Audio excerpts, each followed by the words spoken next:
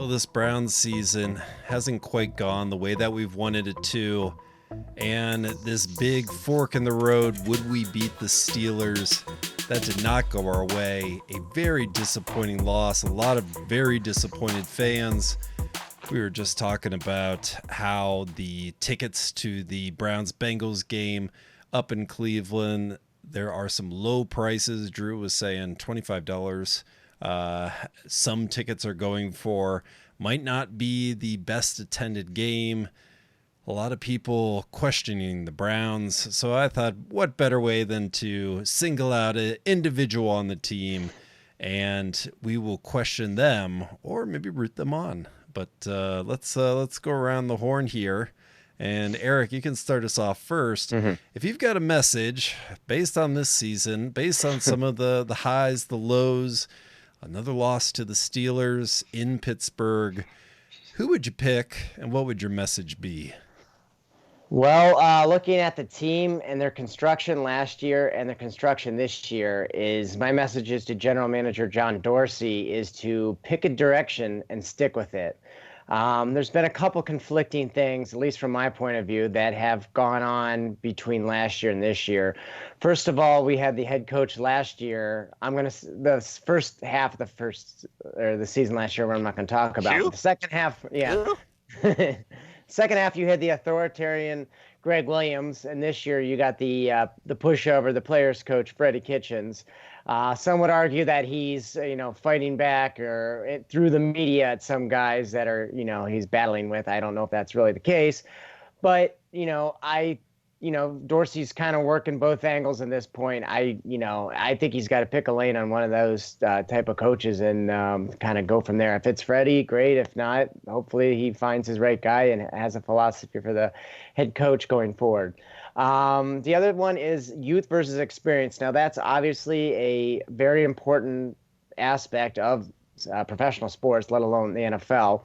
I've kind of noticed a little bit of a trend, and it could be debated many different ways, but I feel that Dorsey is acquiring veterans, but I feel like he's releasing them early to let younger guys take their place. Sometimes, on face value, it's a good idea, but it's come and backfired.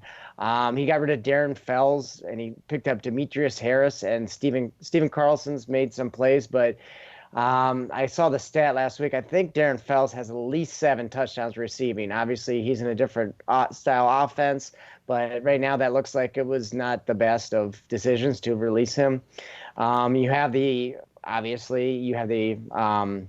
other side is the Olivier Vernon, but on the offensive line, we got rid of Kevin Zeitler for Austin Corbett and Eric Kush, 2 younger guys trying to replace a veteran. It's not really working out, at least not right now.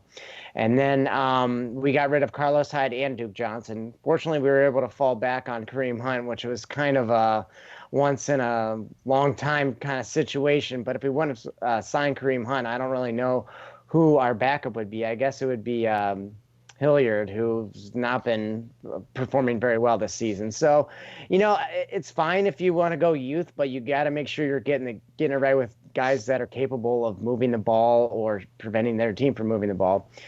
2 more quick points is the risk taking. He's very known for taking risk on character guys. Be careful. Kareem Hunt, it's good so far. He's doing well. He's falling in line. I got no beef with that. Demarius Randall had a pretty good start to last season. This year, there's rumors of, concussions and sitting out practice and not wanting. Might not get re-signed. That might have looked like a gamble. Then you have the Jermaine Whitehead. That was not a good decision. So, it's okay taking risks, but I think he might take a little bit too much risks. And last but not least is handle the player disputes. You have your Rashard Higgins. I don't know what's going on there. I don't know if it's with Kitchens, if it's with Dorsey. You have Randall, again, as I had mentioned, the missing practice, the alleged concussion. And then you have the Duke Johnson, Jermaine Whitehead. Those were kind of slam dunks, no-brainers. Guys that act out like that, it's time to get rid of. So he's got a lot on his plate, and I hope his foundation or what he was hoping to build as an organization has not swayed in the last year, but I've just noticed some trends that seems to be inconsistent. I'm not calling him out. I think he's still doing a pretty good job. He's a lot better than any other GM we've had in quite some time, which might not be saying much, but for now, pick a direction and stick with it, John. Yeah, not to mention all the issues with Antonio Callaway and how that went awry. This is almost like we're in the holiday season here, an early version of Festivus. What did George's father say? George, I got a lot of problems with you that I got to talk about. The airing of grievances? The airing of grievances. So, Drew, who are you going to pick out to air some grievances here and get in the holiday mood? Excellent question. I'm going to pick out the leader of the I Still Believe in Cleveland podcast, Ryan Sponseller. Let us talk NFL draft. The people want to hear about the person flying up my draft board, Prince Tiga Wanago, the new Nigerian nightmare, 6'7", 307 pounds, offensive tackle from Auburn. He's not often thought of as a first-round pick yet. He will fly up the draft boards. You heard it here first. Anyway, my issue, my airing of grievances is going to be with the head coach of the Cleveland Browns. That would be Mr. Frederick Kitchens, and I don't even know if his first name is Frederick. That doesn't sound right. Let's just call him Freddie. That's what he likes to go by. My question to him, if I'm in charge here, would be, okay, there's one of two things that can happen going forward. One, you can choose to be the head coach and you can focus on what it is to be the head coach. Or two, you can choose to call plays elsewhere. I'd give him an ultimatum. It is blatantly obvious to someone like me that he is in over his head. And if I can see it, if a regular person can see that he is in over his head, I know for certain that John Dorsey can see it, and I sure as hell hope that that Jimmy and Dee Haslam can see that this guy is in over his head. He's trying to do too many things at once. I've said it before. It's really hard to do two jobs at once, and that's even harder when you try to do things like coordinate the offense and call the plays and be the head coach of an NFL team at the same time. It's really hard to learn from what didn't go well on a particular drive to make like an in-game type of an adjustment. Forget halftime. I'm talking about, what goes, when a second down play doesn't work, when you're having trouble blocking somebody, to make a schematic tweak in the next series to get with the guys, make that change and implement that. He can't do that because he has a game to coach. The defense still needs his attention. He needs to understand if there's 9 guys out there, maybe we need to call a timeout. You cannot do this. It takes a very rare person. It takes a Sean Payton. It takes a Sean McVay. It takes a Kyle Shanahan, somebody with just meticulous attention to detail. This is not a knock at Freddie Kitchens. John Harbaugh doesn't call the plays. He's an excellent head coach. Mike Tomlin, very good head coach, doesn't call the plays. Bill Belichick has never called an offensive play. He does get a little bit involved with the defense, but I don't think he calls every defensive snap, every defensive play. It is too much that he is taking on. And I would give the ultimatum that you either allow the person that coordinates the offense, the person that designs the offense, the person that scripts the first 14 plays when the Browns are among the best in the league, by the way, you let him do his job. You allow him. You give the control to the person who is his job to coordinate the offense. You allow him to coordinate the offense. That's my message. It is very simple. Take it or leave it. You can call plays elsewhere if that's what you're passionate about, or if you're passionate about being the head coach, you can be the head coach of the Cleveland Browns. Because I think his personality with this group of players, that personality, I think that meshes really well. I think this team likes to play fast and loose.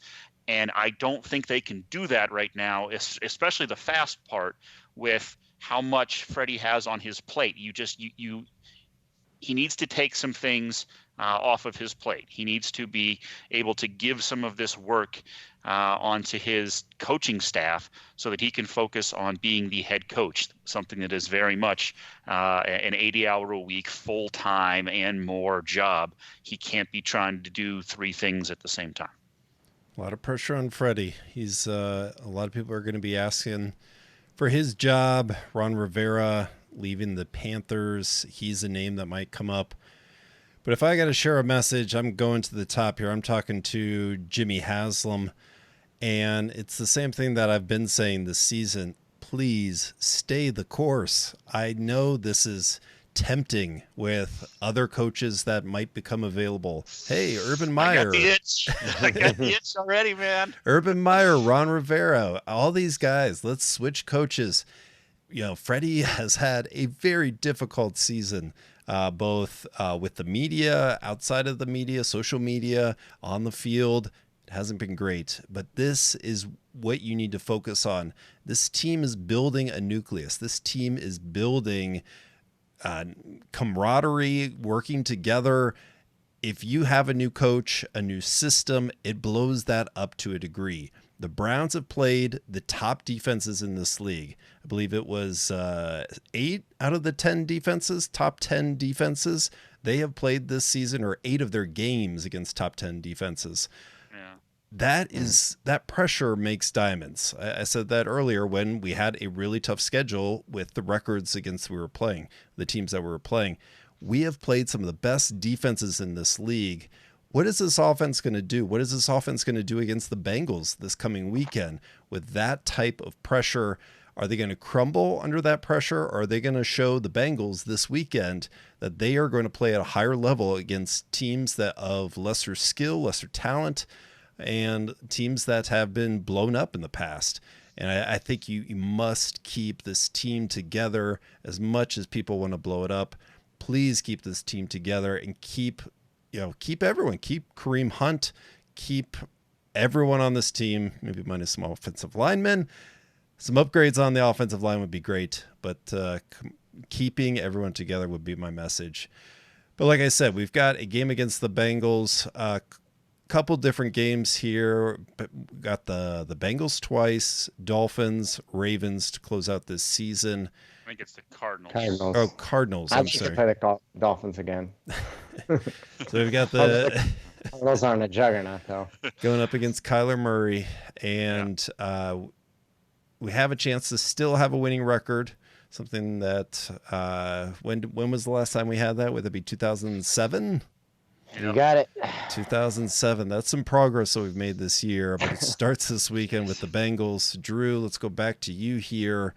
What are you looking forward to in this game? Are you going to enjoy watching this game? And do you think the Browns are going to live up to expectations on them probably blowing out the Bengals? I don't think they'll blow them out, no. I don't know that that's my expectation, though. My expectation is for the offense to take advantage of a team that's not as good. They're the Bengals have the 31st ranked defense in terms of yards allowed, the 32nd ranked rushing defense. They've allowed the 24th most points in the league. So the red zone defense is a little better. And that's been an area that the Browns have struggled. So I'm looking forward to hopefully some progress there. I think they'll get a decent test in the red zone. Carlos Dunlap did just come off a game where he had 3 sacks. Really pretty much wrecked anything the Jets were trying to do, got the Bengals their first win. So, there's a little bit of history there. I was actually at the game last year where Carlos hit Baker slightly after the whistle and almost caused a fight. So there's some history there. Obviously some history with Baker and the Bengals as well. Hugh, he's not there anymore, but certainly some history there. So I'm looking forward to that. But my expectations are not that the Browns are going to blow anybody out. My expectations are that the Browns will show up, will remind people that they do have some playmakers. I'd like to see Odell Beckham Jr. finally get a 100-yard receiving game. That'd be nice. I don't think he's had one of those since he caught one pass for 85 yards against the Jets. So I'm looking forward to that. And I'm looking forward to seeing what the defense does It's too bad that the Bengals waited 1 week too long to go back to Andy Dalton. They would have beaten the Steelers, I believe, if Andy Dalton was there. They only allowed 16 points. They scored 10. I have to think with Andy Dalton, they get one more touchdown and maybe win that game. So that's unfortunate. But Andy Dalton is a professional quarterback. As much as we like to rag on him, we as the royal we all of Cleveland. He's a decent quarterback. He's better than any quarterback before Baker Mayfield that this team's had pretty much this whole decade. So, he's a decent player. I'm looking forward to seeing if the defense is able to generate a little bit of pressure on him because we didn't see a whole lot of that last game. Eric, what do you think about this matchup? Yeah. Are we going to see a high point total from the Browns? I have not looked at the over/under, so that was a very good question. A high point total for the Browns. Yeah, I mean, I guess I could see in the upper 20s, low 30s from them. So that's not tremendously high. What they have in the 40s against the Dolphins, I don't know if they're going to get that high. A lot of this hinges on the health of Baker Mayfield. We obviously know what happened last week with his hand hitting off a defender's face mask, as well as his ribs getting hit in the first half. Allegedly, he did not throw passes a lot during the media portion, and that went around social media like it was the most important thing in the world. So, I mean, I like to think that he'll be fine to play, but maybe we actually might run the ball like a fair amount of times this week as a result. Going back to Drew's point that they're the 32nd ranked run defense, we have two capable running backs. I think that would be a recipe for success. So, if that means, running the balls between the 20s and then hitting receivers, I mean, I'm not saying every play, but you get the point. And then hitting the receivers in the red zone for those touchdowns, that's fine. But, I think the Browns are going to have a pretty decent output offensively, but I don't expect a blowout or just a piling of points, how they kind of did last year at Cincinnati. I really like to see the play calling improve and just really change things up. They got a little cute when they were kind of destroying the Dolphins with the double reverses and, those gadget plays. I hope they don't do something like that, but I hope they be a little more imaginative than what they have been doing over the past few weeks. All right, let's see dual 100-yard rushers. Let's get Kareem Hunt. I'll call it Kareem Hunt, Nick Chubb. Both are going to get 100, but maybe we'll have Kareem Hunt get 100 receiving as my official prediction here. No, not the triple, just 100 receiving for Kareem. A pair of Benjamins for the running backs. Huh? Let's Sounds see good. that. That's my prediction here. I don't usually hit predictions, so take it at what you will. But yeah, we'll still be watching. We're not going to be talking about the draft yet, and unless Drew wants to put a guarantee on buying that player's jersey. What was his name again? You forget already. You forget. Tiga Winogo. Okay. If you pick that, if he goes in the first round to the Browns, you've got to get a jersey, okay? All right. Well, that leads to that jersey behind you. Offensive tackle's jersey. Drew is actually, our predictor of the show here. He's got proof right behind him. He's going to show us proof in a little bit here. The Dylan Windler jersey. We've got some positive news to share. Give it to him. He's just about ready to put that Dylan Windler jersey on. Dylan's going to be playing at the Canton Civic Center tomorrow night. Drew, hit us with some excitement. To everybody back home listening to this podcast, this is a once-in-a-lifetime opportunity. This is your shot to see the next great NBA superstar live in our hometown. One and only shot. If you can get some time free tomorrow, Thursday night, to head on down to the Civic Center to watch the Canton Charge, you have to be there for this. This is you'll be able to tell your grandkids you got to see the next great NBA star play live in your hometown, one-time only deal. You have to try to make it out there if you can. You will not regret watching the next great NBA star rain three-pointers off the rafters of the Canton Civic Center. What a special night for all those back home. Please try to make it out. It would mean a lot to the podcast. I've talked about Baker and how he has lost a lot of games where he doesn't have a full beard. I guess the Steelers game would be another example of that. It would, dude. That's a decent theory. You gotta go with, man. I do not like the memories tied to those old Cavs jerseys that they're wearing this season. So bad. They're so bad. They just go back to the early '90s if you're gonna do that. God, those blue wave. Yeah. Ew. Yeah, just. Yeah, exactly, Eric. It make you want to turn everything off. Yeah, there's so many bad memories attached to those jerseys. The days of, he was a good player, but Terrell Brandon, Tyrone Hill, Darius Miles, Larry Hughes. There was a period of time there. We just won a title a little bit ago. I'd like to think it was yesterday, but it's been a little bit now. Why don't we just wear those jerseys forever? That was the best time for this franchise. Let's keep that thought alive. Kevin Love within the black jersey, destroying the Warriors. Kevin Love within the, I can picture Love in that, in all of those different jerseys that they had, and so many better memories attached to those times. And I'm gonna, I got to do some research on this. Their record with these new old Cavs jerseys, I think that is what is to blame for sure this season. It's funny. Like I was talking to some friends about this out here on the East Coast, and the only people that like these jerseys are people that weren't Cavs fans in the late '90s. These things are terrible. Never a blue wave. You're gonna wear a blue wave in Cleveland, Ohio. Like, what are we doing? What are we doing? It's a ripoff of the Flint Tropics. Yeah, exactly. It doesn't make any sense. No, it was an eyesore. Almost as bad as when I turned on the game and they were down like 29 last night to the Pacers wearing those jerseys, or the Pistons, sorry.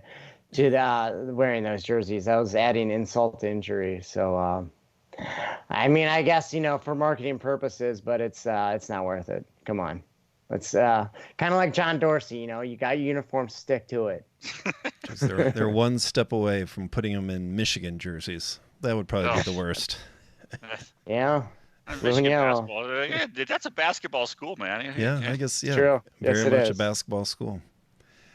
And moving on, let's big Buckeye game this weekend here, but let's get into our NFL picks.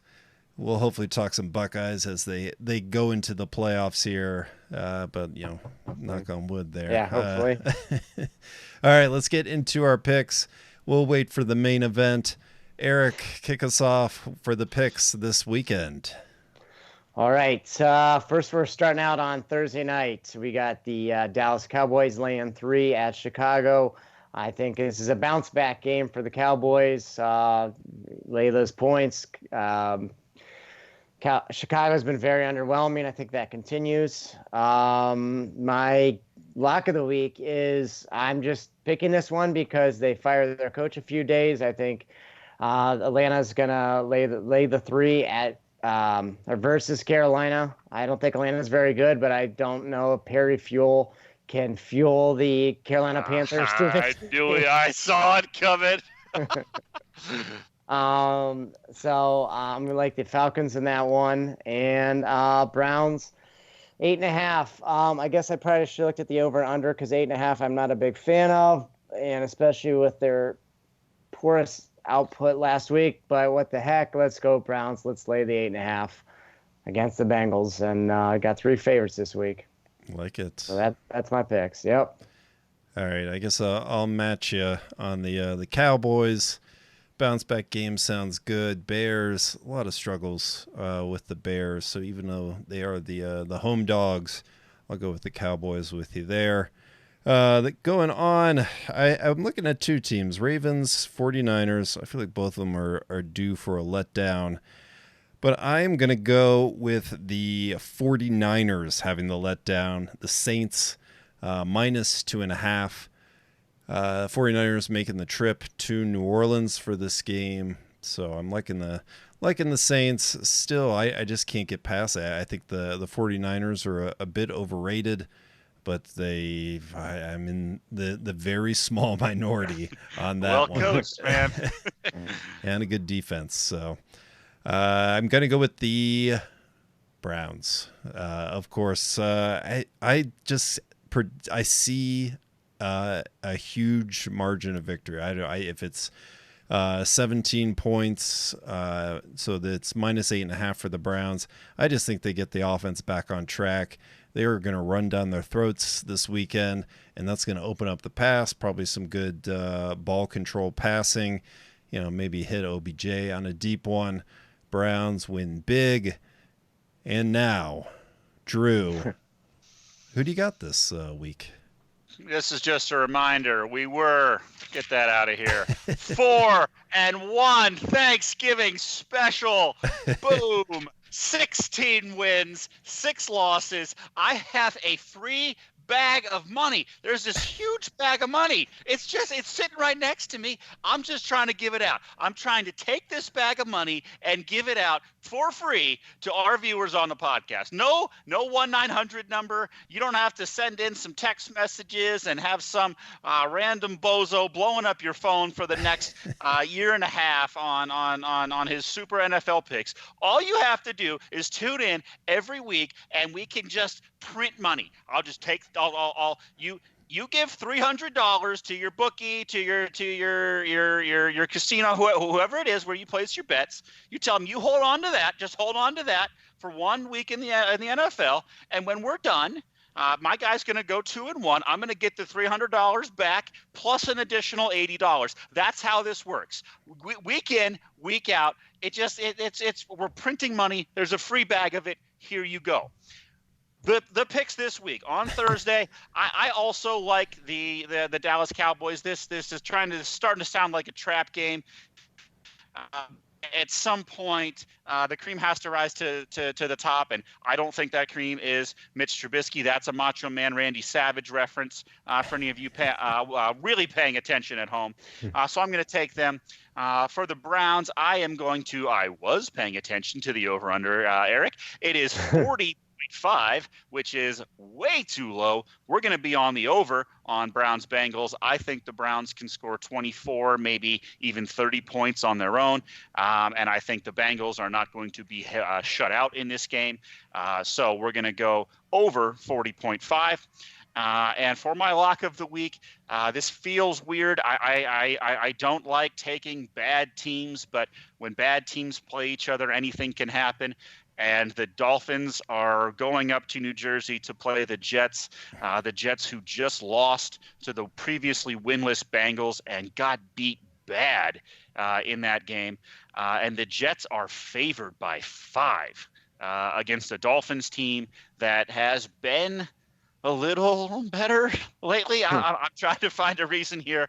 I'm going to take the 5 points. And hope that Miami is able to generate a pass rush here. I don't think either team is very good.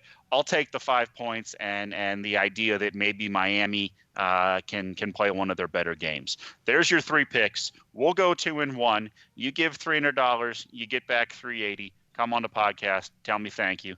It's no problem. It's a free bag of money. Man, where are those Sam Darnold, Baker Mayfield comparisons? They've disappeared. Now disappeared. Yeah, now it's the Browns should have drafted Lamar Jackson. Exactly. Instead. Right.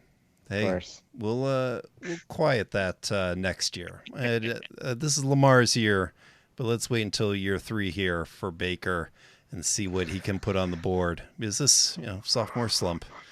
But anyways, a couple more games. Let's put a smile on the rest of the season and save some people's jobs for the Browns. Thank you guys for joining, and go Browns. Go Browns.